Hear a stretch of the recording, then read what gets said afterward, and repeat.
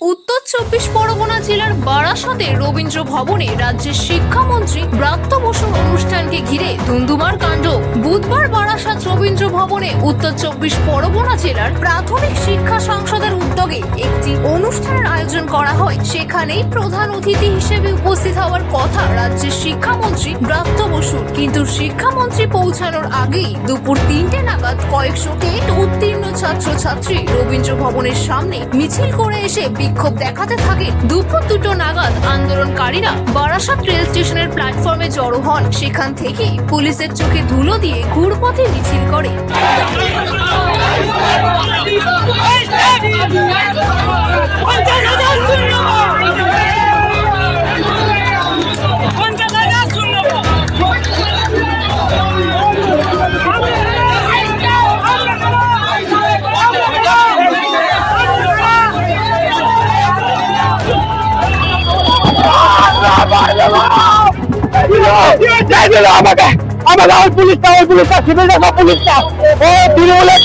তৃণমূলের বন্যা এখন পায়ে লাঠি মেলে আমার পাটা ভেঙে দিল, ওরা পা যন্ত্রণা করছে। ওই পুলিশটা ঠেলা মারলো, আমরা দীর্ঘ ৫ বছর লাঠি দিয়ে মারলো এবং ঠেলা মেরে পায়ে করে লাঠি মেরে ফেলে দিল। আজকে আমরা দীর্ঘ ৫ বছর ধরে বঞ্চিত ২০২২ সালে পরীক্ষা দিয়েছিলাম, এখন অব্দি তো কোনো শূন্য পর্যায়ে কোনো নিয়োগ নোটিফিকেশন নেই। কিন্তু আমরা আমাদের যখন নিজের ন্যায্য অধিকার চাইছে সরকারের কাছ থেকে, তখন তারা আমাদেরকে অপরাধী ভাবছে, তখন তারা আমাদেরকে অপরাধী বানিয়ে দিচ্ছে, আমাদের ওপর কঠিন অত্যাচার করছে।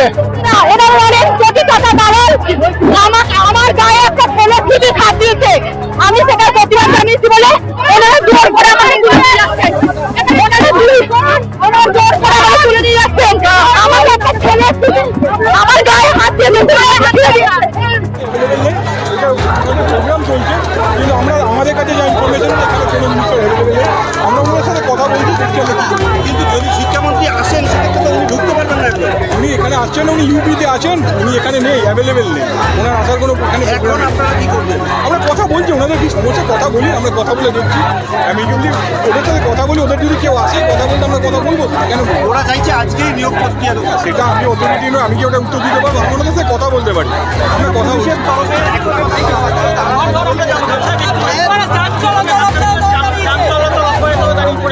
আমরা কথা বলছি, আমরা অন্যদের সাথে কথা বলে চাইবো কোঅপারেশন করুন। প্রচুর মানুষ অ্যাম্বুলেন্সও আটকে আছে, আমরা রিকোয়েস্ট করবো সেটাকে বাড়ি করে দেওয়া। না, শিক্ষামন্ত্রী এখানে আসেননি, উনি অ্যাভেলেবেল নেই, উনি ইউপি গেছে, উনি অ্যাভেলেবেল নেই,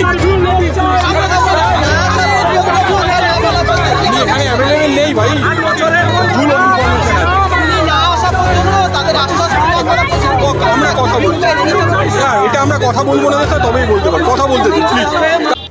বিবৃতিতে প্রকাশিত মতামত সম্পূর্ণরূপে বক্তার নিজস্ব। এই বিবৃতির জন্য আমরা কোনোভাবেই দায়বদ্ধ নই। ডিসিএন নিউজ চ্যানেলের এই বিবৃতি শুধুমাত্র সাধারণ তথ্যের জন্য প্রকাশিত এবং এর সঠিকতা বা সম্পূর্ণতার কোনো নিশ্চয়তা দেওয়া হয় না।